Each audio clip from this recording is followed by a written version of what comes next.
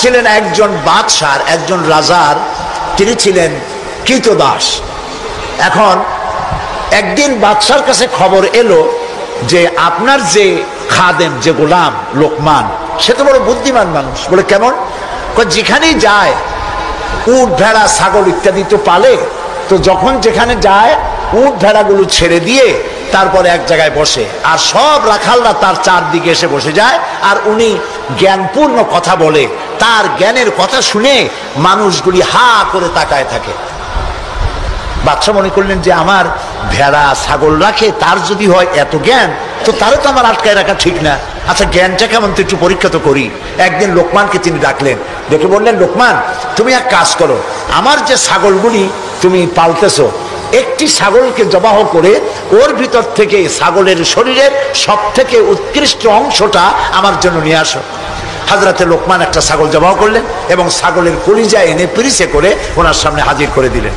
কয়েকদিন যাওয়ার পর বাদশাহ আবার বললেন, আজকে আর একটা ছাগল জবাহ করো এবং তার শরীরের নিকৃষ্ট অংশটা আমার সামনে নিয়ে আসো। লোকমান আর একটা ছাগল জবাহ করলো এবং ওই ছাগলের কলিজাটা পিরিচে করে এনে হাজির করে দিল। বাদশাহ বলল, আমি শুনছিলাম তোমার নাকি অনেক জ্ঞান, এই বুঝি জ্ঞানের পরিচয়? আমি যেদিন চাইলাম, প্রথম বললাম সব থেকে উৎকৃষ্ট জিনিস আনো, তুমি কলিজা নিয়ে আসলা, সব থেকে নিকৃষ্ট জিনিস চাইলাম, তখনও তুমি নিয়ে আসলা কলিজা, তোমার জ্ঞানের পরিচয় তো পাইলাম না। লোকমান বললেন, হযরত লোকমান হাকিম বললেন, জাহাপানা, আপনি আমার মধ্যে জ্ঞানের পরিচয় কি পেয়েছেন পান নাই সেটা বড় কথা না, বড় কথা হলো এই, শুধু মানুষ না, প্রত্যেক প্রাণীর মধ্যেই আল্লাহ তাআলা একটা জিনিস দিয়েছেন, সেই জিনিসটা যদি ভালো হয় তাহলে প্রাণীটা ভালো। অর্থাৎ মানুষের মধ্যে, প্রাণীর মধ্যে ভালো যদি কোনো জিনিস থাকে তার নাম দিল, তার নাম কলিজা, আর খারাপ যদি কোনো জিনিস থাকে তার নাম দিল, তার নাম কলিজা। এখন লক্ষ্য করুন, লোকমান যে কথা বললেন 1000 বছর আগে, নবী করিম সাল্লাল্লাহু আলাইহি সাল্লাম 1000 বছর পরে পৃথিবীতে এসে সেই একই কথাই বললেন, একই কথাই বললেন। রাসূল কি বললেন? আল্লাহর নবী বললেন, ইন্না ফিল জাসাদে মুদগাতান, মানুষের শরীরের মধ্যে এক টুকরা গোশত আছে, গোশত টুকরা ভালো, গোটা শরীর ভালো, গোশত টুকরা খারাপ, গোটা শরীর খারাপ। আলা ওয়াহিয়াল কালব, সেটা হলো হৃৎপিণ্ড, সেটা হলো কলিজা। তাহলে লোকমান যে জ্ঞান পাইছিলেন, যে জ্ঞানের দ্বারা তিনি এই কথা বললেন, সেই জ্ঞানটা কার ছিল? বলেন কার? আর রাসূল যে জ্ঞান পেয়েছিলেন সেই জ্ঞানটা কার? কাজী আল্লাহর পক্ষ থেকে যে জ্ঞান আসে সেই জ্ঞানের কথা একরকম হয়, কিন্তু বুদ্ধিজীবী, দার্শনিক, তাদের কথা এক হয় না, বিজ্ঞানীদের কথাও এক হয় না। বিজ্ঞানের তো একটা থিওরি এরকম আছে যে বিজ্ঞানের কোনো থিওরি ফাইনাল নয়। বুদ্ধিজীবীদের কথাই ধরুন, কার্ল মার্কস বলেছেন মানুষ পেট সর্বস্ব জীব, আলফ্রেড বলেছেন মানুষ সেক্স সর্বস্ব জীব, আবার ডারউইন এসে বললেন এগুলি তোমরা যা বলো একটাও ঠিক না, মানুষ মোটে মানুষই না। বলে মানুষ কি? মানুষ হলো বান্দর। তো চিন্তাবিদ, বুদ্ধিজীবী, দার্শনিক, তাদের কথায় মিল নাই, নবীদের কথায় মিল আছে না নাই? বলেন, জোরে বলেন, আছে না নাই? আপনি কি এইরকম একজন দুইজন নবীর খবর জানেন?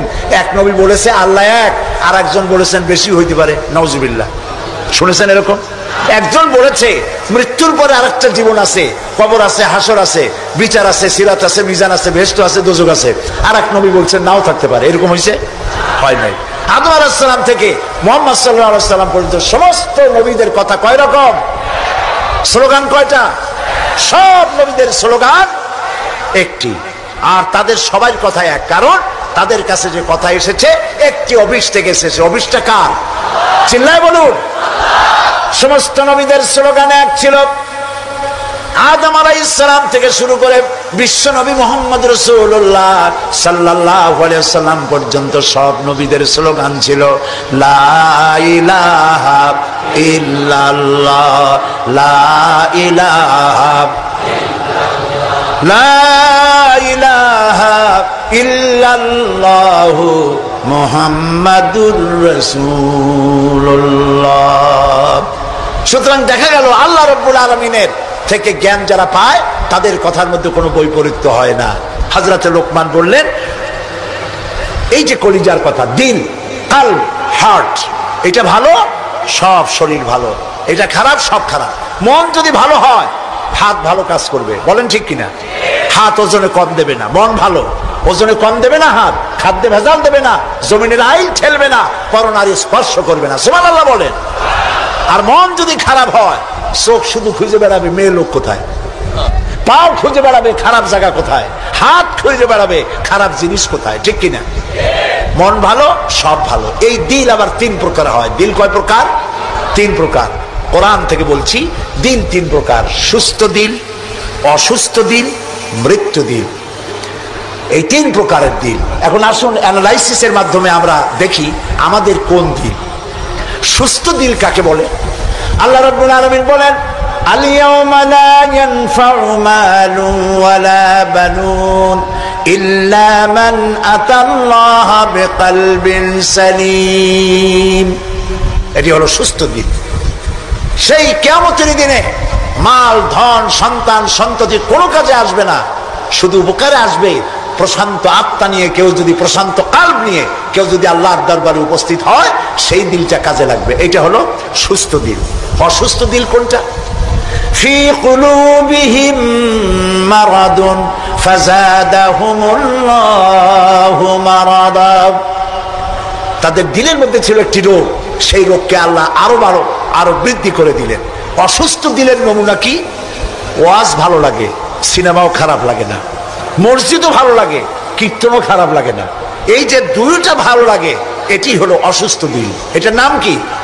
আছেন আমাদের সমাজে, কয় যে হুজুর ওয়াজ শুনতে খারাপ লাগে না, কিন্তু গান যখন শুনি তাও মজা লাগে, মসজিদও ভালো লাগে, সিনেমাও খারাপ লাগে না। আছেন এরকম লোক?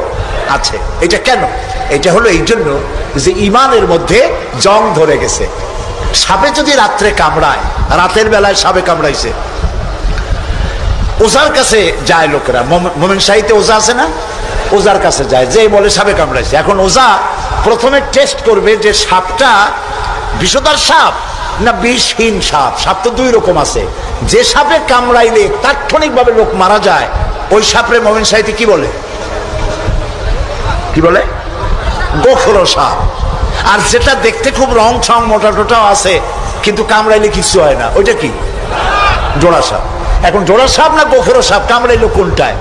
দেখে তো নাই। এটা বোঝার জন্য ওঝা করে কি, সাপে দংশিত ব্যক্তির জিহ্বার উপরে লবণ এবং ঝালওয়ালা মরিচ এগুলো দিয়ে দেয় জিহ্বার মধ্যে।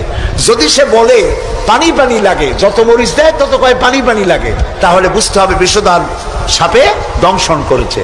আর যদি সে বলে যে ঝাল লাগতেছে, লবণ লাগতেছে, তাহলে বুঝতে হবে যে জোড়া সাপে কি করছে? দংশন করেছে। এটি হলো সাপ যদি বিষধর হয়, তো বিষধর সাপের বিষে সর্বপ্রথম যে কাজটা করে সেটা হলো জিহ্বার স্বাদকে নষ্ট করে দেয়। মানুষের ইমানের জন্য সব থেকে বিষাক্ত সাপ হলো শয়তান। এ যখন মানুষকে ওয়াসওয়াসা দেয়, আর শয়তানের ওয়াসওয়াসা যখন মানুষ পড়ে যায়, তখন তার ইমানের স্বাদ নষ্ট হয়ে যায়। তখন সিনেমাও ভালো লাগে, মসজিদও ভালো লাগে, ওয়াজও ভালো লাগে, গানও ভালো লাগে। এটি হলো অসুস্থ দিল। এবার মৃত্যু দিল কি? মৃত্যু দিল সম্পর্কে আল্লাহ বলছেন, ওয়ালাকাদ যারানা লিজাহান্নামা কাসীরাম মিনাল জিন্নি ওয়াল ইনস লাহুম কুলুবুন লা ইয়াফকাহুনা বিহা। মানুষ আর জিনদের মধ্যে আল্লাহ তাআলা বলেন, আমি এক শ্রেণীর রেডিমেড জাহান্নামী তৈরি হয়েই আছে মানুষ এবং জিনের মধ্যে। ওরা কারা? লক্ষ্য করুন, মৃত্যু দিল কাদের? লাহুম কুলুবুন লা ইয়াফকাহুনা বিহা, যাদেরকে আমি হৃৎপিণ্ড দিয়েছি, বিবেক দিয়েছি, সব বোঝে, আমারে বোঝে না। আছেন এরকম কিছু বুদ্ধিজীবী? বলেন আছে না? কবি আছেন এমন কিছু, সাহিত্যিক আছেন এমন কিছু। নারীর সৌন্দর্য, নারীর রূপের সৌন্দর্যের ব্যাপারে কবিতা লিখতে লিখতে কলমের কালি শেষ হয়ে যায়, কিন্তু এই সৌন্দর্য কে দিলেন তার এক চিনতেই পারল না। ফুলের ব্যাপারে গান লেখে, কবিতা লেখে, ফুলের রং, ফুলের গন্ধ। প্রজাপতি, প্রজাপতি কে এত সুন্দর করে, কোন শিল্পী তোমার ডানায় এত সুন্দর রং দিল, তার গান তৈরি করে, কিন্তু প্রজাপতির রং কে দিল আরে খুঁজে পায় না। তারপরে বলে কি? বলে যে সব বুঝেছি, শান্তিনিকেতন গিয়া পড়ে শুনিয়া, সাহিত্যের উপরে ডক্টরেট ডিগ্রি নিয়া কয় সব বুঝেছি। বলে বাবা কি বুঝেছো? কয় দেয়ার ইজ নো গড। সারা জীবন বসে বুঝলো যে প্রভু বলতে কেউ নাই, আল্লাহ বলতে কেউ নাই। বলেন নাউযুবিল্লাহ। লাহুম কুলুবুন লা ইয়াফকাহুনা বিহা, সব বোঝে কিন্তু আল্লাহরে চেনে না। নিজের শরীরটা দেখে, আল্লাহরে খুঁজে পায় না। আরে তুমি তো তোমার শরীরটা দিয়েই আল্লাহরে চিনতে পারো। সুবহানাল্লাহ বলেন। শরীরটা দিয়ে আল্লাহরে চেনা যায়। এই যে দুটো চোখ, এই চোখ দিয়ে সব সময় আমরা নেগেটিভ দেখি। সব সময় প্রতিটি চিত্র, প্রতিটি মুহূর্তে নেগেটিভকে পজিটিভ করে দেখায় কে? কে দেখায়? সুবহানাল্লাহ। এত সুন্দর দুটি চোখ আল্লাহ দিলেন, চোখের মধ্যে আল্লাহ আবার পানি দিয়ে দিলেন। পানি মানে কান্নার পানি না, এমনি চোখে পানি আছে। আপনি চোখে পলক মারেন, পলক মারেন না? কথা না বললে বুঝি কি? এই যে পলক মারেন, এটা কি ইচ্ছে করে মারেন না অটোমেটিক হয়? অটোমেটিক হয়। ইচ্ছে করে মারলে ভটর ভটর করতো। আপনি নিজের অজান্তেই চোখগুলি পলক মারে কেন? আল্লাহ রাব্বুল আলামিন মানুষের কল্যাণের জন্য এমন অটোমেটিক ব্যবস্থা করে তিনি রেখে দিয়েছেন। শহরে বন্দরে গ্রামে নগরে গঞ্জে বাতাসের ভিতরে পলিউশন আছে, রোগের জার্ম আছে, বাতাসের ভিতরে উড়ে বেড়ায়, অনবরত চোখের ভিতরে প্রবেশ করে চোখ নষ্ট করে দিতে পারে। এই জন্য রব্বুল আলামিন চোখের ভিতরে পানি ধরনের একরকম মেডিসিন রেখে দিয়েছেন। প্রতি মুহূর্তে চোখ পলক মেরে মেরে চোখকে আল্লাহ তাআলা ক্লিন করে দিতেছেন। শরীরের ভিতরে একটা শরীর দিয়ে আল্লাহকে চেনার জন্য যথেষ্ট। এই শরীরে আল্লাহ অসংখ্য রগ রেশা দিয়েছেন। মাথা থেকে শুরু করে পা পর্যন্ত যতগুলি নার্ভ আছে, সবগুলি নার্ভ ছিঁড়ে ছিঁড়ে যদি জোড়া লাগানো যায়, পুরা পৃথিবী একবার ঘুরে আসা যাবে। সুবহানাল্লাহ করতে ইচ্ছে করে না? আর যদি পাশাপাশি সাজায় রাখেন, 3 একর জমিন লাগবে একটা মানুষের রগ সাজায় রাখতে। এই রগগুলি দিয়ে আপনি আমি যা খাই, এটাকে বলা হয় কার্বোহাইড্রেট। চাউল চাউল জাতীয় খাদ্য, আটা আটা জাতীয় খাদ্য, চিনি চিনি জাতীয় খাদ্য, আর ডাল ডাল জাতীয় খাদ্য। এই 4 প্রকারের খাদ্য হলো কার্বোহাইড্রেট। এগুলি মানুষে খাইলে পরে শরীরের ভিতরে এর থেকে রক্ত হয়, এর থেকে পেশাব পায়খানা হয়ে বর্জ্য বেরিয়ে যায়। আর যেটা রক্ত হয়, সেই রক্তটাকে গোটা শরীরে প্রবাহিত করে শরীরটাকে আল্লাহ উষ্ণ রাখেন। সেজন্য এত রগ রেশা দিয়েছেন। এখন এই রক্তগুলিকে মাথা থেকে শুরু করে পা পর্যন্ত পৌঁছে দেওয়ার জন্য আল্লাহ একটা জেনারেটর রেখে দিয়েছেন বুকের মধ্যে। কন্ত বুদ্ধি করে জেনারেটর নামটা কি? মাশাআল্লাহ, বুঝে ফেলেছেন। জেনারেটর নাম হার্ট। সেটা অনবরত সিস্টোলিক এন্ড ডায়াস্টোলিক এভাবে করে সম্প্রসারণ সংকোচন এরকম করতেছে। চিকিৎসা বিজ্ঞানীরা বলেছেন, মানুষকে মাথা থেকে শুরু করে কাটাকাটি করে সব বুঝেছি, কিন্তু হার্ট এরকম এরকম করে কেন, এর উৎস আজ পর্যন্ত পৃথিবী খুঁজে পায় না। এটি এভাবে করে করে রক্ত ছড়িয়ে দিচ্ছে। এখন দেখেন আল্লাহর খোঁজার ব্যবস্থা। মানুষ খাইয়া খাইয়া তারপরে হার্টের মধ্যে চর্বি গিয়ে জমে। হার্টের মধ্যে যে করোনারি আর্টারির মধ্যে গিয়ে চর্বি জমতে লাগলো।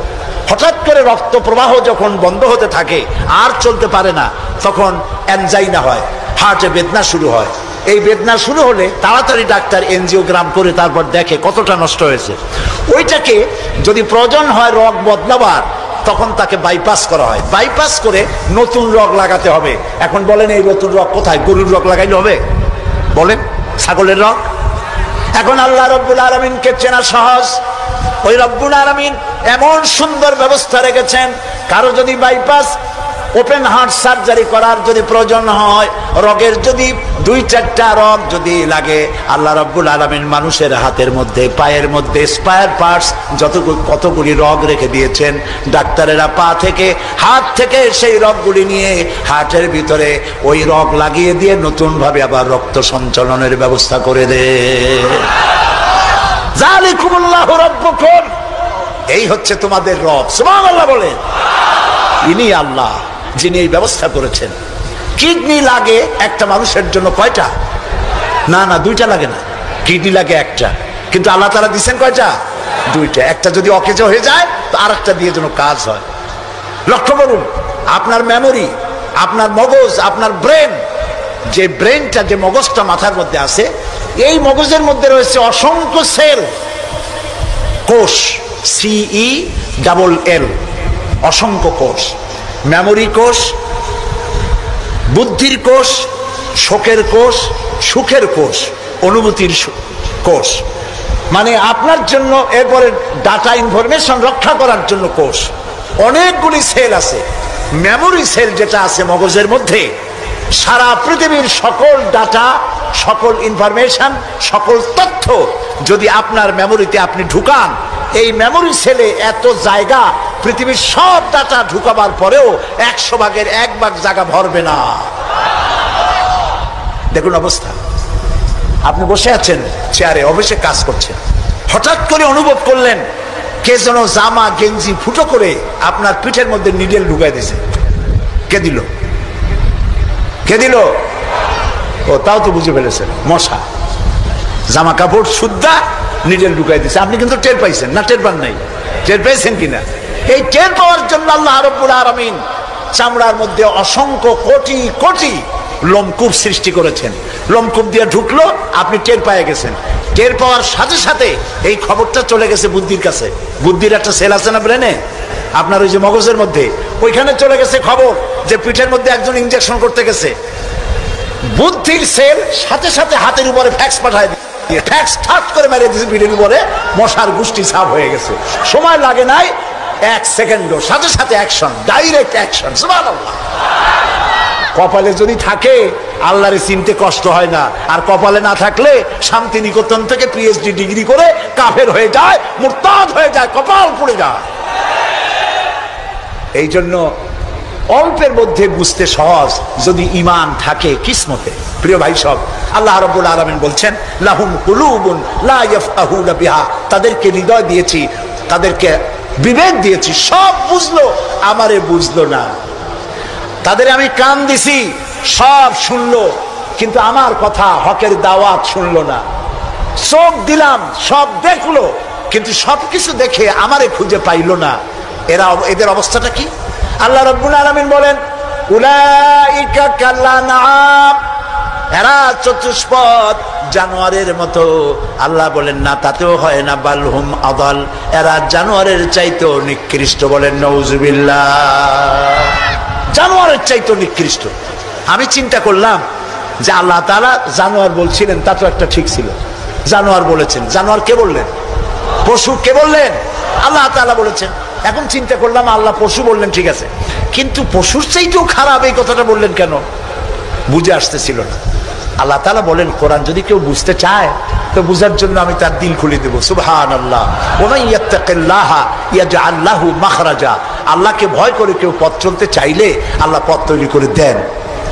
আমি চিন্তা করে দেখলাম সত্যিই তো জানোয়ারের চাইতেও তো মানুষগুলা খারাপ। ওই সব মানুষ যারা আল্লাহরে চিনল না। কিরকম দেখেন, আপনারা অনেকে বাড়িতে কুকুর পোষেন। কুকুর পোষে না মানুষ? কুকুর সাংঘাতিক বুদ্ধিমান প্রাণী এবং প্রভু ভক্ত। লন্ডনে তো বহুত কুকুর আছে যারা স্কটল্যান্ড ইয়ার্ড বাহিনীতে চাকরি করে, ভালো ভালো চাকরি করে, ইন্সপেক্টরও আছে, হ্যাঁ, কর্নেল আছে, মেজর আছে, ইন্সপেক্টর আছে। অবশ্য কুত্তায় জানে যে সে মেজর বা কর্নেল। এবং এরা দারুণ হুকুম পালন করে। চোরের ছবিটা দেখায় দেবে আর তার ব্যবহৃত কাপড়টা শুকায় দেবে, বাস শেষ কাজ। যেখানে পাবে সেখানে ধরবে। 1 কোটি ডলার বা পাউন্ডও যদি দেয়, কুত্তায় ছাড়বে না। সাংঘাতিক অফিসারেরা। কথা বুঝতে পেরেছে? তো অনেকে কুত্তা পোষে। এখন কুত্তা পুষেছে, মাহফিল আসছে একটা লোক, রাত 2:30, 2টা বা 11টার সময় বাড়ি ফিরেছে। কুত্তা টের পাইছে, অন্ধকার রাত, কে যেন আসতেছে। কুত্তা তার ভাষায় বলেছে হল্ট। এখন বাড়িওয়ালা বলছে এই ডব্লু, আদর করে নাম রাখছে কুত্তার ডব্লু। একটা ধমক দিল, কুত্তায় গলার আওয়াজ শুনে বুঝে ফেলেছে। কিন্তু কুত্তায় গলার আওয়াজ বোঝে না। কুত্তা তো ভালো গরুতেও বুঝে। আপনি আপনার গরুরে ডাক দেন অন্ধকারে, গরু আপনার ডাকের সাড়া দেবে, কাছে আসবে। আসে না এরকম? অন্ধকারে গিয়ে গরুর ডাক দিলে বাড়িওয়ালার ডাকে গরু সাড়া দিয়ে আসে না? বিল দিয়ে আসে না? কুত্তায় থেমে গেল, বুঝতে পারলো এ তো আমার মালিক, আমি তো ভুল করছি। যখন মালিক কাছে আসলো, কুত্তায় লেজ লড়াইয়া গাছ সাথে মিশে মিশে লেজ লড়াইতে লাগলো। তার ভাষায় সে বলতে লাগলো আই এম এক্সট্রিমলি সরি। ও গ্রিন সিগন্যাল, লেজ নাড়াইয়া গ্রিন সিগন্যাল দিয়ে দিল, হুজুর আপনি যাইতে পারেন, স্যার আপনার জন্য দরজা খোলা। কিন্তু এইখানে যদি চোর হইতো আর ডাকাইত হইতো, আর যত বলতো ডবলু থাম, তাহলে সে কি থামতো? গর্দানে কামড়াইতো, না হয় ঠ্যাঙ্গে কামড়াইয়া ঠ্যাং ঠং ভেঙে দিত, ঠিক কিনা? তাহলে বোঝা গেল কুত্তায় মালিকও চেনে, শত্রুও চেনে। আল্লাহ কয় উলাইকা কাল আনাম, এগুলো জানোয়ারের চাইতে খারাপ, বালহুম আদাল, এই জন্য খারাপ। কুত্তায় তো মালিক চিনলো, দুশ্মনও চিনলো, বন্ধুও চিনলো, এই মানুষগুলি আল্লাহকে চিনল না, প্রভুকে মালিককে চিনল না, তাকে অস্বীকার করলো। কুত্তার চাইতে নিকৃষ্ট। প্রিয় ভাই সব, মানুষের এই তিন প্রকারের দিল, সুস্থ দিল, অসুস্থ দিল, আরেকটি হলো কি দিল? মৃত্যু দিল। সকল প্রকার দিলের একটা চিকিৎসা আল্লাহ কোরআনে করে দিয়েছে, সুবহানাল্লাহ। আল্লাহ রাব্বুল আলামিন বলেন সব হৃদয় জনিত, কলব জনিত রোগের চিকিৎসা হলো আলা বিযিকিরিল্লাহি তাতমাইন্নুল কুলুব। একমাত্র আমার স্মরণ, আমার জিকির, আমার স্মরণ মানুষের অন্তরাত্মাকে ঠান্ডা করে দিতে পারে, কলিজা ঠান্ডা করে দিতে পারে। আমার স্মরণে, আমার জিকিরে, আমার পথ অনুসরণে। প্রিয় ভাই সব, হযরত লোকমান তিনি বলছেন, আল্লাহ তাআলা বলছেন আমি তাকে কি দিয়েছিলাম? জ্ঞান দান করেছিলাম। সেই জ্ঞানের ভিত্তিতে জ্ঞান দিয়েছিলাম এই জন্য যেন তিনি আমার শুকর আদায় করে। হযরত লোকমান আল্লাহর দেওয়া জ্ঞান দিয়ে শুকর আদায় করলেন এইভাবে যে তিনি আল্লাহর গুণগান, আল্লাহর তাওহীদের প্রচার শুরু করে দিলেন, সুবহানাল্লাহ। আল্লাহ তাআলা বলছেন ওমান ইয়াশকুর, যে ব্যক্তি কৃতজ্ঞতা স্বীকার করে তা তার নিজের জন্য, আর যে করে না সে তার নিজের ক্ষতিই করে। এই যে আমরা মাগরিবের নামাজ পড়লাম, এই নামাজ পড়ছি কার জন্য? বলেন সবাই। উপকার হবে কার? উপকার হবে আমার। এই যে মাঝে মধ্যে আপনারা আলহামদুলিল্লাহ বলেন, সুবহানাল্লাহ বলেন, এতে উপকার কি আল্লাহ না আমার? বলেন সবাই। আমার।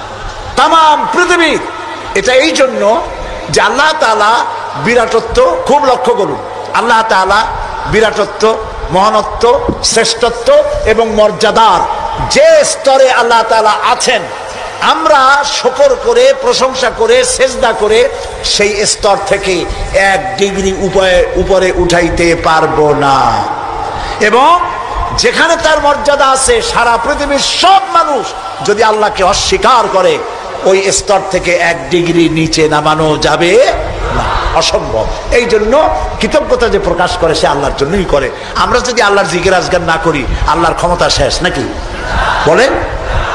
আল্লাহ রাব্বুল আলামিন বলেন ইউসাব্বিহু লিল্লাহি মা ফিস সামাওয়াতি ওয়া মা ফিল আরদ, আকাশে যা কিছু আছে, জমিনে যা কিছু আছে, এর মাঝখানে যা কিছু আছে, সব আমার জিকির করছে, আমার তাসবিহ করছে।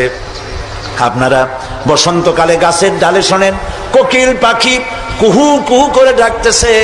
আল্লাহ রাব্বুল আলামিন বলেন ওয়ালাকিন লা তাফকাহুনা তাসবিহাহুম, তোমরা ওদের তাসবিহ বোঝো না, তোমরা শোনো কুহু কুহু, আসলে সে ডাকে আল্লাহু আল্লাহু। বউ কথা কও, আছে না একটা পাখি? মোমন সাইতে নাই, আছে? ছোটবেলা থেকে শুনতেছি বউ কথা কও, বউ কথা কও। ওর বউ এত অভিমান করলো কেন? কথা মোটে কয়ই না। আসলে বউ কথা কও আমরা শুনি, আর আল্লাহ বলছেন ওয়ালাকিন লা তাফকাহুনা তাসবিহাহুম, ওরা আমার জিকির করছে, তোমরা বোঝো না। মানুষ বুঝবে কেন? মানুষ তো আন্দাজে যা শোনে, শব্দের সাথে আপনি যা মিলাবেন তাই কিন্তু হয় ভাই। যেমন ট্রেন ছাড়ছে, ট্রেন যখন ছাড়লো তো প্রাথমিক আওয়াজ শোনা যায় যাচ্ছি যাব, যাচ্ছি যাব। যখন জোরে চলে তখন শোনা যায় যাচ্ছি যাব, যাচ্ছি যাব, এরকম শোনা যায়, ঠিক না? শব্দের সাথে এরকম যা মিলাবেন তাই হবে।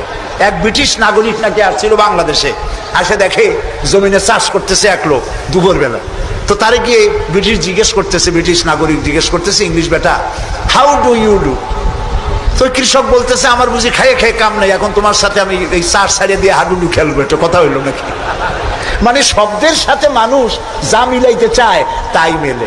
আল্লাহ তাআলা বলছেন তোমরা যা শুনতে পাও, পাখিগুলি তার কলকাকলিতে, বাতাস তার শনশন রবে, নদীগুলি তার কুলু কুলু নাদে, পাতাগুলি তার মর্মর শব্দে যত আওয়াজ শুনতে পাও, এগুলি সব নিছক আওয়াজ নয়, সবগুলির ভিতর থেকে আমার জিকির, আমার তাসবিহ হতেছে আল্লাহু আল্লাহু আল্লাহু আল্লাহু।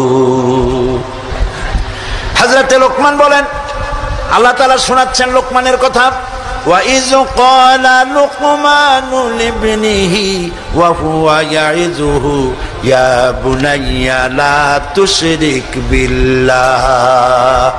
স্মরণ করো সেই সময়ের কথা যখন লোকমান তার ছেলেকে ডেকে বলছেন, ইয়া বুনাইয়া, হে আমার কলিজার টুকরা সন্তান। আপনারা কি শুনতেছেন? আমার সাথে থাকুন, তাহলে বুঝতে সুবিধা হবে। হযরত লোকমান বলছেন, ইয়া বুনাইয়া, ও আমার কলিজার টুকরা সন্তান। ওলামারা জানেন যে এখানে হওয়া উচিত ছিল ইয়া ইবনি, ইয়া ইবনি, ও আমার ছেলে, কিন্তু আল্লাহ তাআলা শোনাচ্ছেন লোকমান ডেকে বলেছি ইয়া বুনাইয়া, আমার ছেলে, ওইভাবে না বলে তিনি বললেন কি ইয়া বুনাইয়া। বুনাইয়া মানে কি? বুনাইয়া শব্দ এটা হলো তাসগীর করা হয়েছে। এটা বলা হলো হে আমার কলিজার টুকরা, নয়নের পুতুলি, বাবা ধন, সোনামণি। সুবহানাল্লাহ বলে। দাওয়াতের এটি হলো টেকনিক। আপনি যখন ইসলামের দাওয়াত দিবেন তখন আপনাকে দাওয়াত দিতে হবে মিষ্টি ভাবে। আল্লাহ শিখাই দিয়েছেন, উদউ ইলা সাবিল রাব্বিকা বিল হিকমাতি ওয়াল মাউইজাতিল হাসানা, উত্তম ভাবে, মিষ্টি করে, সুন্দর করে, বৈজ্ঞানিক পন্থায় সুন্দর সুন্দর কথা দিয়া মানুষকে আমার পথে ডাকো। আল্লাহ তাআলা বলছেন, সুবহানাল্লাহ। এই জন্য আপনি মেজাজ খারাপ করলে পারবেন না। যে চোরের কাশি রোগ হয় আর যে পীরের মেজাজ খারাপ, এ দুইজন ব্যবসায় ভালো করতে পারবে না। পীরের যদি মেজাজ খারাপ বেশি হয়, মুড়ির একটাও পাবে না। আর যদি চোরের কাশি রোগ হয়, চুরি করতে গিয়ে পিটান খাওয়া ছাড়া পথ নেই। তা আপনি দিনের দাওয়াত দিবেন, আপনার মেজাজ ভালো হইতে হবে। দাওয়াত দিবেন মিষ্টি করে। রাসূলুল্লাহর কথাটাই দেখেন, আগেই কোন সুবহানাল্লাহ। আল্লাহ রাব্বুল আলামিন বলেন, ফাবিমা রাহমাতিন মিনাল্লাহি লিনতা লাহুম ওয়ালাউ কুনতা ফাযযাল গালিদাল কলবি লানফাদ্দু মিন হাওলিক। হে রাসূল, হে রাসূল, আপনার প্রতি আল্লাহর করুণা হচ্ছে এই যে আল্লাহ তাআলা আপনার দিলটাকে নরম করে দিয়েছেন। সুবহানাল্লাহ। আপনার কাছে যেই আসে সিমেন্টেড হয়ে যায়, কেউ ছিটকে পড়ে না আপনার ব্যবহারের কারণে। রাসূলের ব্যবহার, সুবহানাল্লাহ বলে, সুবহানাল্লাহ। কি ব্যবহার! মসজিদে নববীতে এক বদবী এসে পেশাব করেছে মসজিদে নববীর মধ্যে। আচ্ছা কোন তো, এই মোমেন শাহীতে মসজিদের মধ্যে না, মসজিদের বাইরে দাঁড়াইয়া দেওয়ালের উপরে যদি কেউ পেশাব করে, আপনি কি করবেন? কর জি, বুঝতে পারছি আপনারা কি করবেন। চেহারা দেখি বোঝা যায় আপনারা কি করতে পারেন। মসজিদের ভেতরে পেশাব করতেছে রাসূলের সামনে। সাহাবায়ে কেরামদের চোখ মোটা হয়ে গেছে, ভাবখানা এই রাসূল পারমিশন দেন আর জম্মের মতো পেশাব করাই দেই। রাসূলুল্লাহ বললেন, না না, বাধা দিও না, তাহলে সে অসুস্থ হয়ে যেতে পারে। তার সবটা আনলোড হতে দাও। সবটা শেষ হইল, রাসূলুল্লাহ তাকে কাছে ডাকলেন, ডেকে বললেন, তুমি যে কামটা করলা, তুমি কি জানো এটা কি? কয় না, তা জানি না। তিনি বললেন, এটা হলো মসজিদ, আমরা এখানে আল্লাহর সেজদা দেই। তোমার যখন এই কাজের দরকার হবে তখন বাইরে গিয়ে করবা। তোমাদের উপাসনালয় আছে না? কয় যে আছে। তো সেইখানে যদি এই কাম কেউ করে তাহলে তোমার কেমন লাগবে? এই কাজটা কখনো করবা না। লোকটি বলল, আমি তো শুনেছিলাম আপনি বাদশাহ, তা আমি এখন বুঝলাম আপনি বাদশাহ না। বাদশাহ হইলে যে কাম আমি করছি এটা তো আমার কল্লা এতক্ষণ গড়াগড়ি যাইতো।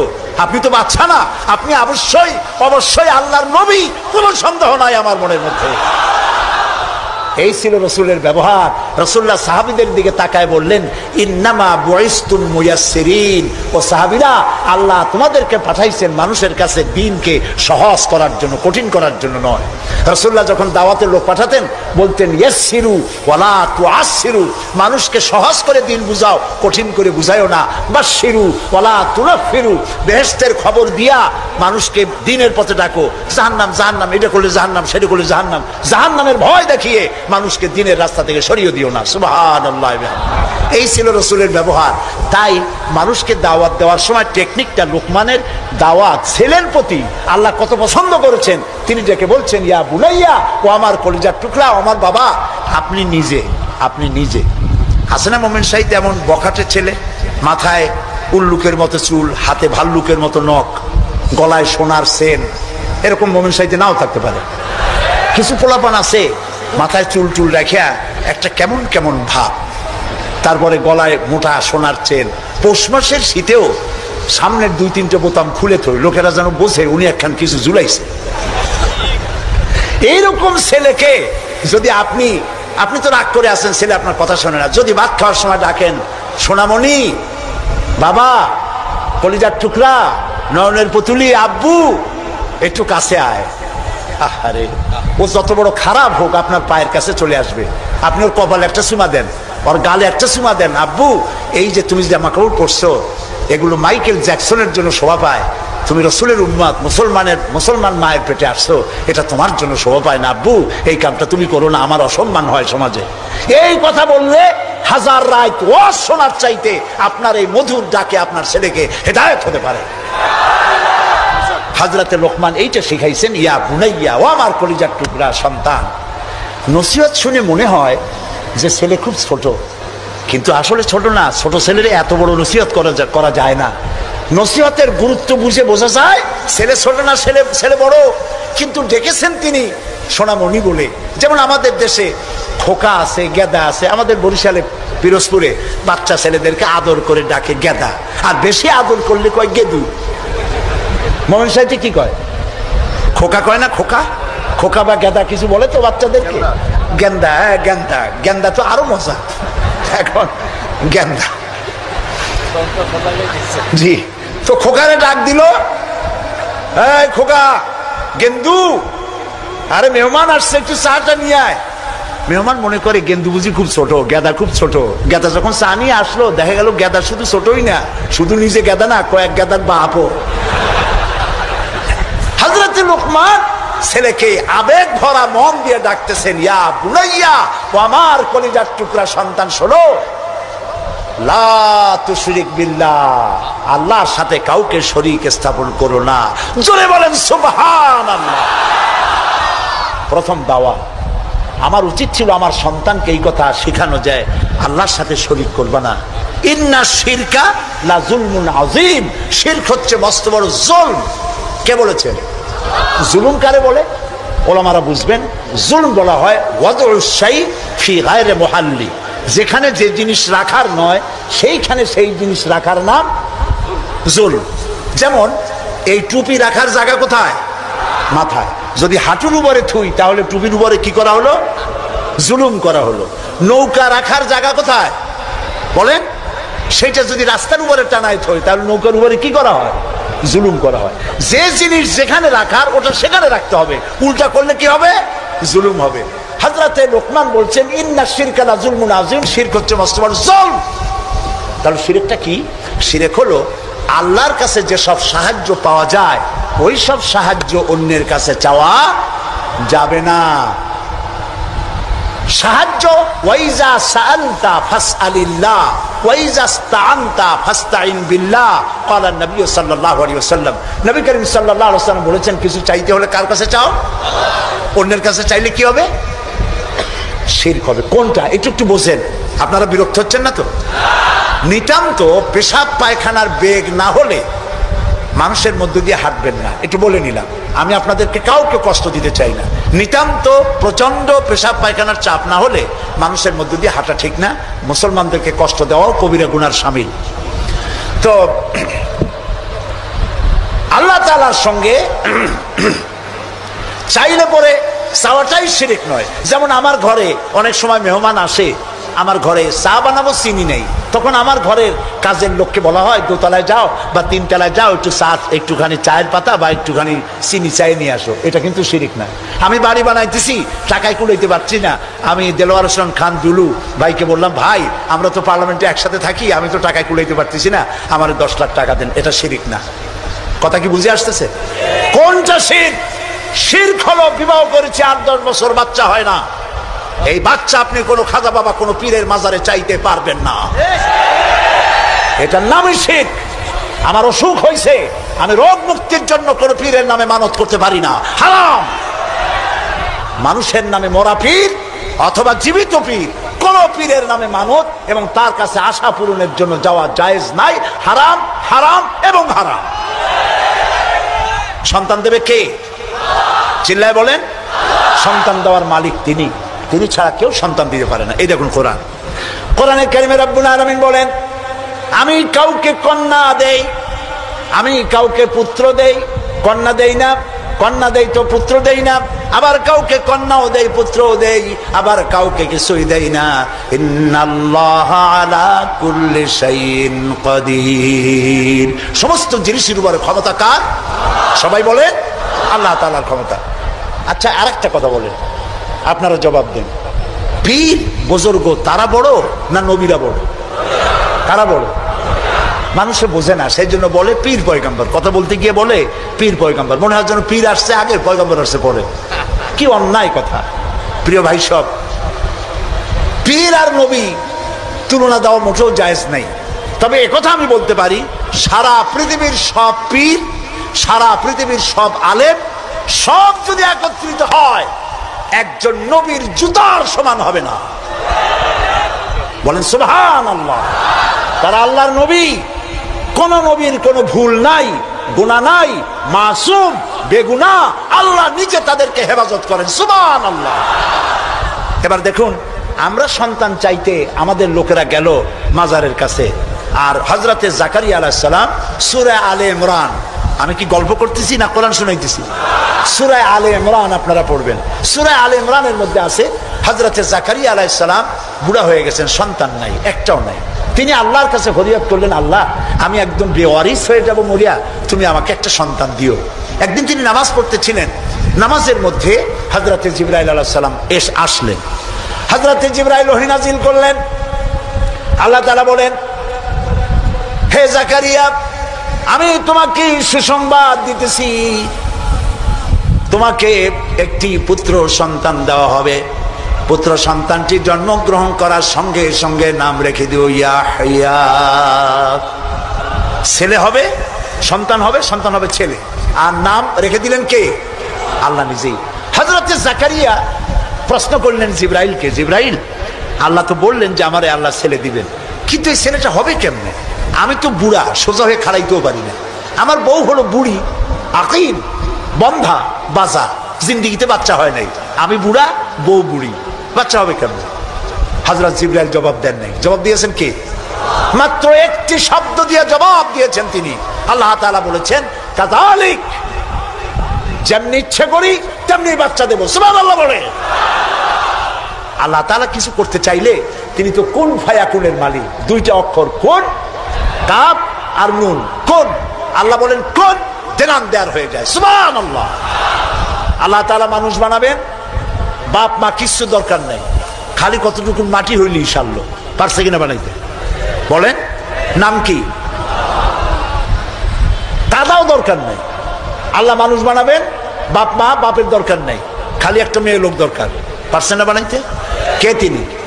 ঈসা আলাইহিস সালাম। ফাআলুল লিমা ইউরিদ, যা খুশি তাই তিনি করতে পারেন। এই আল্লাহরে থুইয়া তোমরা যাও কই? ফাইনা তাযহাবুন, কোথায় যাও? মুসলমানেরা বোঝে না।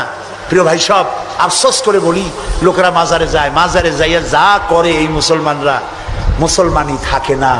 আমার নিজের চোখে দেখা চট্টগ্রামে বাইজিদ বোস্তামির মাজার তারা বলে, কিন্তু ইতিহাস বলে না যে ওখানে ওনার কবর আছে। উনি ওখানে আসছিলেন একবার, এটা ইতিহাসে পাওয়া যায়। একটা পুকুর আছে, আমি একবার গেলাম, এত লোক যায় কি দেখি, গিয়া দেখি একটা পুকুর, সেই পুকুরের মধ্যে বিরাট বিরাট কচ্ছপ, বোধ হয় ওর 4টা কচ্ছপ এই মঞ্চে ধরবে না, এত বড় বড় কচ্ছপ, গায়ে সেদনা পড়ে গেছে।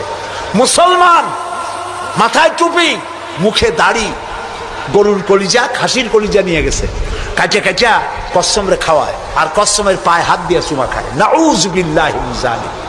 বুজুর্গ কচ্ছম, মুসলমানে কদমুচি করে কচ্ছমের। আমি দেখে চিন্তা করলাম, ক্ষুধার্ত, তৃষ্ণার্ত, এতিম, গরিব মানুষের যদি এই দৃশ্য দেখে, তাহলে সে হয়তো আফসোস করে বলবে, আল্লাহ, মানুষ না হইয়া কোনো পীরের দরবারের কসম হইলে তাও মাঝে মধ্যে একটু কলিজা খেতে পারতাম, এখন তো ভাতও পাই না। নাউযুবিল্লাহ। একটা গাছ দেখলাম দূরের থেকে, অনেক ফল। আমি চিন্তা করলাম, গাছে এত ফল হয়, কি গাছ? কাছে গিয়ে দেখি কি ফল, ইট আর পাথর ঝুলানো, দড়ি দিয়া ইট পাথর ঝুলানো। আমি জিজ্ঞেস করলাম, ভাই এগুলো কি? এগুলো মেয়ে লোকেরা ঝুলাই গেছে কেন? যেসব মেয়ে লোকের বাচ্চা হয় না, ওরা এখানে মানত করে ঈট ঝুলাবো, পাথর ঝুলাবো। এর সিগনিফিকেন্স কি, দর্শনটা কি? যে দর্শন হলো এই মেয়ে লোকদের ধারণা যে এইভাবে ঝুলাই থুয়ে গেলে এ যেমন ভার হয় ডালের মধ্যে, ওই রকম পেটের মধ্যে ভার হইতে হইতে একদিন বাচ্চা হয়ে যাবে। কি আশ্চর্য কথা! আরে মুসলমান প্রিয় ভাই, সব মাজারে লোকেরা যায় আর সেখানে চাদর দেয়, আগরবাতি দেয়, মোমবাতি দেয়। আপনারা দেন না, এরকম মমিন সাইতে নাই? আছে এরকম মাজার? আচ্ছা, দেওয়ার সময় আপনারা কি এই চিন্তা করেন যে এই যে টাকাটা দিলাম, এই টাকা দিয়ে পীর সাহেব কি বেঁচে আছেন? উনি কি এগুলি খেতে পারবেন? কমলা, বেদানা, আঙ্গুর কিনে খেতে পারবেন? অথবা তার বউ বাচ্চা কেউ বেঁচে আসে খেতে পারবেন? দেন কেন? এই দেওয়ার ফলে এই টাকাগুলি দিয়ে কি হয়? ওইখানে বসে আছে কিছু লোক যারা মাথায় শালু কাপড় বান্ধা, আছে না? শালু কাপড় বান্ধা, লোহার শিকল পরা, দাড়িতে জট, মাথায় জট, গায়ে সালার চট, মোষ আর দাড়ি দেয়া ঢাকা। আমি অনেক সময় তাকায় দেখছি, হাসে না কান্দে বোঝার কোন উপায় নেই। নাউজুবিল্লাহ মিন যালিক। একটারে দেখি ওইখানে বসে গাঁজা খাইয়া কি জানি দূরের থেকে তাকায় দেখছি ছাত্র জীবনে, এরভাবে কি জানি ডলে হাতে, এরকম ডলিয়া তারপরে কলকিতে ভরে দিল টান, চোখ বড় হয়, এরকম ক্রমান্বয়ে চোখ বড় হইতে থাকে। আরে এরপরে কি জানি এরকম একটা কান্দের উপর, নাম জানি না আমি, কান্দের উপর থেকে এভাবে ঘষে আর বলে মদিনা যাব কেমন মদিনা। আমি বলে তুই শয়তান, তুই মদিনা যাবি কেমনে? এত গাঁজা খাইয়া তুই যাবি মদিনা? এটা কি সম্ভবপর কথা? প্রিয় ভাই, সব কবরে যদি আগরবাতি, মোমবাতি আর চাদর দেওয়া জায়েজ হতো, জান্নাতুল বাকিতে 10,000 সাহাবীদের মাজার আছে। সুবহানাল্লাহ। হযরতে ওসমান রাদিয়াল্লাহু তাআলা আনহু শুয়ে আছেন জান্নাতুল বাকিতে। হযরতে আয়েশা আমাদের মা রাদিয়াল্লাহু তাআলা আনহা শুয়ে আছেন জান্নাতুল বাকিতে, উন্মুক্ত আকাশের নিচে। আহারে হযরতে আব্দুল্লাহ ইবনে মাসউদ রাদিয়াল্লাহু তাআলা আনহু, হযরতে আব্দুল্লাহ ইবনে মাসউদ দেখতে খুব খাটো খোটো ছিলেন, পা ছিল একেবারে ছোট। একদিন হাদিসে এসছে, একদিন তিনি খেজুর গাছে উঠতেছিলেন, নিচে সাহাবীরা দাঁড়ানো, এরপরে তার পাও দেখে ওনারা হাসতেছিলেন, এত ছোট পা, হাসতেছিলেন। রাসূলুল্লাহ বললেন, সাহাবীরা আব্দুল্লাহর পা দেখে হাসতেছো? কিয়ামতের দিন আব্দুল্লাহর পা যদি এক পাল্লায় রাখা হয় আর ওহদ পাহাড়টা যদি আর এক পাল্লায় রাখা হয়, ওহদ পাহাড় তার পায়ের সমান হবে না। এই হযরতে আব্দুল্লাহ ইবনে মাসউদ রাদিয়াল্লাহু তাআলা আনহু শুয়ে আছেন জান্নাতুল বাকিতে, চাদর নাই, আগরবাতি নাই, মোমবাতি নাই, কিচ্ছু নাই। রাসূলুল্লাহ বলেছেন জান্নাতুল বাকিতে, বাকি থেকে কিয়ামতের দিন 70,000 আহলে বাকি চাঁদের মতো চেহারা নিয়ে বিনা হিসাবে আল্লাহর জান্নাতে চলে যাবে। ওইখানে চাদর নাই। আর আমরা আমাদের দেশের পীর সাহেবদের মাজারে চাদর দিয়ে, আগরবাতি দিয়ে, মোমবাতি দিয়ে সর্বনাশ করছি। প্রিয় ভাই, সব এটি শিরক, এটা জীবনেও আমরা আর করবো না। রাজি আছেন? রাজি আছেন? কারা কারা রাজি? দুই হাত উঁচু করে দেখা। আলহামদুলিল্লাহ বলি, হাত নামান, বলি আলহামদুলিল্লাহ, জোরে বলেন আলহামদুলিল্লাহ। প্রিয় ভাই, সব কি বলবো, কত কথা বলবো। তানহামা দাগ দাগ শোধ, পম্বা কুজা কুজা নেহাম, সারা অঙ্গে ব্যথা, ঔষধ দেবো কোথা, ইঞ্জেকশন দেওয়ার জায়গাও নাই, সব নষ্ট করে ফেলাইছি। কিছু পীর বাইর হয়েছে, কেউ বলে তিনি নাকি সুফি সম্রাট, শুনছেন না? না, সুফি সম্রাট বলেন, নাউজুবিল্লাহ। এমন সব আকীদা, এমন সব কথাবার্তা প্রচার করা হয় যাতে ঈমান নষ্ট হয়ে যায়। কি মারাত্মক কথা তিনি বলেছেন! তিনি বলেছেন তিনি নাকি স্বপ্নে দেখতেছেন রাসূলুল্লাহ বিবস্ত্র অবস্থায় ময়লার স্তূপে পড়ে আছেন, আর উনি হাত দিয়েছেন, আর অমনি কাপড় চোপড় পরা অবস্থায় তিনি বেঁচে উঠছেন। এর দ্বারা তিনি বলতে চান যে তিনি নাকি মুহাম্মদী ইসলামের পুনর্জীবন দানকারী। বলেন নাউজুবিল্লাহ। প্রথমে তো মুহাম্মদ সাল্লাল্লাহু আলাইহি ওয়াসাল্লামের ইসলাম না, ইসলাম কার? আর উনি পুনর্জন্ম দিতে কে? বিশ্ব আশিকে রাসূল সম্মেলনের নামে শিরক আর বিদআতকে ছড়ানো হচ্ছে। মুসলমানেরা, এইটা নাজাতের পথ না, নাজাতের পথ এইটা। নাজাতের পথ কোনটা? জোরে বলেন। নাজাতের পথ কোরআন, এর দ্বিতীয় কোনো রাস্তা নাই। সেই কথাই হযরত লোকমান বুঝাচ্ছেন। হযরত লোকমান বলেন, লা তুশরিক বিল্লাহ, ও আমার কলিজার টুকরা সন্তান, আল্লাহর সাথে কাউকে শরীক স্থাপন করো না। ইন্নাশ শিরকা লাযুলমুন আযীম, শিরক হচ্ছে মস্ত বড় জুলুম, এর কাছেও যেও না। প্রিয় ভাই, সব আমরা যদি না খেয়ে থাকি, কে আমাদের খাওয়ায়? আমাদের জাতির পিতার মুখ দিয়ে শুনুন, কে আমাদের জাতির পিতা? এই ব্যাপারে আপোষ করবেন? জীবন চলে যাবে মুসলমানের, এই ব্যাপারে কোনো আপোষ নাই। মিল্লাত আবিকুম ইব্রাহিম, আমাদের জাতির পিতা ইব্রাহিম আলাইহিস সালাম তিনি কি বলছেন? আল্লাযী হুয়া ইউতঈমুনি ওয়া ইয়াসকিন, আমি যখন ক্ষুধার্ত হই আল্লাহ আমারে খাওয়ায়, আমি যখন তৃষ্ণার্ত হই আল্লাহ আমারে পান করায়। এটাই হচ্ছে তাওহীদ। ওয়াইদা মারিদতু ফাহুয়া ইয়াশফিন, আমি যখন অসুস্থ হই আল্লাহ আমারে রোগ মুক্ত করেন। সুবহানাল্লাহ। যা চাইবেন কার কাছে চাইবেন? প্রিয় ভাই, সব লোকেরা বোঝে না, না বুঝে সব করে। তাবিজের আর একটা শিরক আছে। অবশ্য মোমেন সাহিত্যে তাবিজের কারবার নেই, এখানেও আছে তাবিজ। আর তাবিজ কোরআন শরীফ দিয়ে তাবিজ লেখে, সেই তাবিজের আবার কায়দা আছে। ধান্দা লাগাবার জন্য বলে খালের পানি, বিলের পানি, পুকুরের পানি, টিউবওয়েলের পানি, সালার পানি, খালের পানি, 7 জায়গার পানি, জাফরানের কালি, এগুলো নিয়ে কাগজের উপরে দাগ দিয়ে তারপর কতগুলি নাম্বার লেখে, 752, 313, 1472, 1771। হাবিজ যাবি আপনারা দেখেন খুলে, আমি যা বললাম উল্টো একটাও বলছি নাকি? এগুলো লিখা তারপরে লেখে ইয়া জিব্রাইল, ইয়া মিকাইল, ইয়া ইসরাফিল, ইয়া আরেকটা কিছু। আমি একজনের গলায় দেখলাম এত বড় তাবিজ, বললাম ভাই এত বড় তাবিজ এর মধ্যে কি? কয় যে সর্বনাশ, এ বলাই যাবে না। বললাম কেন? কয় যে আমার ক্ষতি হবে। কিচ্ছু হবে না ভাই, খোলো তো একটু দেখি। তারপরে তাবিজটা খুললাম, মোমটম ছাড়াইয়া তাবিজ দেখলাম যে ওইভাবে দাগ দাগ দেওয়া, আর চতুর্দিকে লেখা ইয়া বধু হো, ইয়া বধু হো। তা আমি বললাম ভাই এই তাবিজ লিখছে কে? বললো মসজিদের ইমাম সাহেব। ডাকে ইমাম সাহেব আসলাম, বলল ভাই ইমাম সাহেব এই তাবিজ আপনি লিখছেন? কয় হ্যাঁ। তা আমি বললাম ভাই বধু হো কি? কয় হুজুর আমি নিজেও বুঝি না বধু হো কি।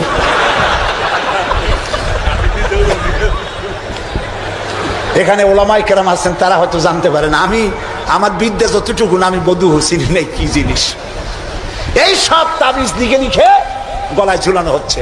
পিসাবদের কাছে যায়, লাল সুতো কালো সুতো নিয়ে যায়, পিসাবরা পরে ফুদায় গিরে দেয়, ফুদায় গিরে দেয়। এই সুতা গলায় বান্ধা, তারপরে এই সব তাবিজ ঝুলানো। হাদিস শরীফে এসেছে শিরক। শিরক রাসূল এটা করেন নাই। একজন সাহাবী তাবিজের ব্যবসা করেন নাই। ঝাড়ফুঁক করেছেন, ঝাড়ফুঁক করা জায়েজ আছে, রাসূলুল্লাহ করেছেন, সাহাবায়ে কেরাম করেছেন। ঝাড়ফুঁকের জন্য কোরআনের মধ্যে 2টা সূরা শুধু ঝাড়ফুঁকের জন্যই আল্লাহ নাজিল করেছেন, একটা সূরা ফালাক আর একটা সূরা নাস। সুবহানাল্লাহ বলেন। মানুষের ক্ষতি করতে পারে, জাদু টোনা করতে পারে, সেজন্য রাসূলুল্লাহ বলেছেন, লক্ষ্য করেন হাদিস, সূরা ফালাক সূরা নাস 3 বার পড়বে ফজরে পড়ে, 3 বার পড়বে রাতে শোয়ার সময়। পড়িয়া হাতের মধ্যে ফু দিয়া এই হাত দুটো মাথা থেকে শুরু করে শরীরের মধ্যে ডলে দিবে। রাসূলুল্লাহ নিজে এটা করতেন। আল্লাহ রাসূল বলেছেন এই আমল যে করবে, দুষ্ট জিন, দুষ্ট শয়তান, দুষ্ট মানুষের অনিষ্টতা থেকে আল্লাহ তাকে হেফাজত করবেন। সুতরাং এই তাবিজের ব্যবসা ছাড়া উচিত এবং সব রকমের শিরক থেকে মুক্ত হওয়া উচিত। তাহলে আল্লাহ তাআলা আমাদের প্রতি রহম করবেন। আল্লাহ তাআলা জিজ্ঞেস করছেন, ছেলে মেয়ে সুস্থতা অসুস্থতা মানুষের কাছে চাও কেন? আলাইসাল্লাহু বিকাফিন আবদা। আবার শোনেন কে বলতেছেন কথা, আলাইসাল্লাহু বিকাফিন আবদা। আমি আল্লাহ, আমি কি আমার বান্দার জন্য যথেষ্ট নই? আপনারা বলেন অবশ্যই যথেষ্ট। চিল্লায় বলেন অবশ্যই যথেষ্ট। আল্লাহ তাআলা যদি যথেষ্ট হন তাহলে আমরা শিরকের কাছে কেন যাব? আল্লাহ কি পছন্দ করলেন দেখেন। আল্লাহ তাআলা পছন্দ করে লোকমানের কথা উঠাই দিলেন যে শিরক করবো না, শিরক হলো মস্ত বড় জুলুম। এই শিরকের কথা একটি আয়াত পড়ে শেষ করে দেই। আমরা কি আল্লাহর সাথে দেখা করতে চাই বলেন? এটা তো খুব খারাপ কথা হলো।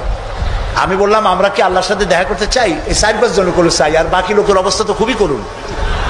আমরা কি আল্লাহর সঙ্গে দেখা করতে চাই? এইবার বুঝেছেন, প্রথমে বুঝছিলেন না। আল্লাহ রাব্বুল আলামিন বলেন, ফামান কানা ইয়ারজু লিকা রাব্বিহি ফালইআমাল আমালান সালিহান ওয়ালা ইউশরিক বিইবাদাতি রাব্বিহি আহাদা। যদি কেউ রবের সঙ্গে দেখা করতে চায়, তোমরা যদি আল্লাহর সঙ্গে দেখা করতে চাও 2টা কাজ করবা। 1 নম্বর হলো ভালো ভালো কাজ করো, নেক কাজ করো। 2 নম্বরে আল্লাহর ইবাদতের সাথে কাউকে শরীক স্থাপন করবা না। শিরক থেকে যদি নিজেকে বাঁচাইতে পারো আল্লাহর সাথে কিয়ামতে দেখা হয়ে যাবে। সুবহানাল্লাহ বলে।